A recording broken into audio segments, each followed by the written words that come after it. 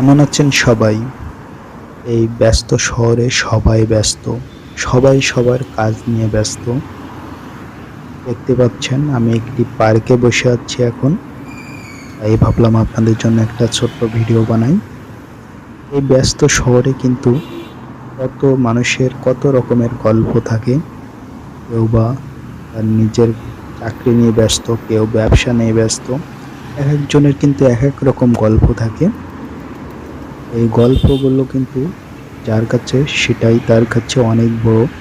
কেননা সবারই নিজের যে কাজটা সেটাও কিন্তু অনেক গুরুত্বপূর্ণ। জীবনটা এমনই, এভাবেই চলে। জীবনের এই মুহূর্তগুলোকে ধরে রাখার জন্য, জীবনের ভবিষ্যতে কি হবে তার জন্য এখন বর্তমানে অবশ্যই সবাইকেই পরিশ্রম করতে হবে। জীবন এভাবেই চলবে। জীবন একটা প্রবাহমান নদীর মতো। চলার পথে বিভিন্ন মানুষের সাথে পরিচয় হয়, বিভিন্ন মানুষের সাথে দেখা হয়।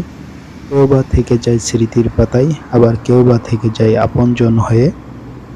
এখন কে আপনার প্রিয়জন হবে, কে আপনার আপনজন হবে, কে আবার আপনার কথা ভুলেও যাবে, এটা তো সময়ই বলে দেবে।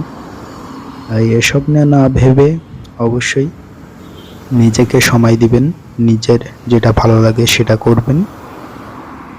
ব্যস্ত শহরে এই যে দৃশ্যগুলো আপনাদেরকে দেখাচ্ছি কেমন লাগছে একটু কমেন্ট করে জানান। যদি ভালো লাগে অবশ্যই লাইক করুন, শেয়ার করুন আপনার সমস্ত বন্ধুদের সাথে। আর এমনই সমস্ত আকর্ষণীয় ভিডিও সবার প্রথমে পাওয়ার জন্য অবশ্যই আমার পেজটি ফলো করুন। আর আপনি পূর্ব থেকে যদি করে থাকেন তাহলে আপনাকে জানাচ্ছি অসংখ্য ধন্যবাদ। এই ধুলোমাখি এই ব্যস্ত শহরে জীবনটা এভাবেই চলবে। আপনার কাছে কি মনে হয়, এই শহর ভালো নাকি গ্রাম ভালো? আপনি কি মনে করেন সেটা একটু কমেন্ট করে জানান। আমার কাছে তো শহরের থেকে গ্রামই বেশি ভালো লাগে। তারপরেও বিভিন্ন কাজের জন্য, কাজের সুবাদে ঢাকাতে তো আসতেই হবে, তাই না? আপনার কাছে কি মনে হয়?